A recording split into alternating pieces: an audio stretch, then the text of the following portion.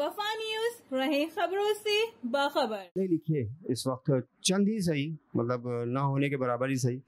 अब जैसे suppose young generation जो है उनमें नए सियासतदान भी आए हैं।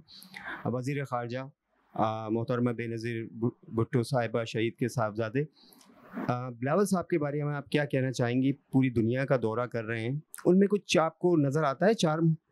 मैं हमेशा चाहती हूँ कि फ्रेश ब्लड आके आए, ठीक है ना। फ्रेश ब्लड जब आता है, नौजवान क़यादत जब आती है, उनके पास बड़े आइडियाज़ हैं। मैं तो अब ज़्यादातर अपने आप को पीछे करके कोशिश करती हूँ कि फ्रेश बच्चों को लेके आए। तो वही चीज़ हम अपने वज़ीर ख़ारजा में भी देख रहे हैं। और हम जब शुरू में उनको देखते थे तो वाकई इन विजिट्स ने जो है बड़ा इनको जो है मैच्योर किया है और वो बड़े दबंग तरीके से अपनी एंट्री दे रहे हैं।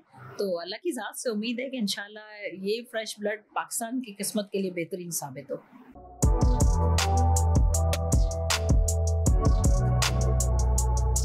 इस पर लाइक और सब्सक्राइब तो बनता है। Thank you.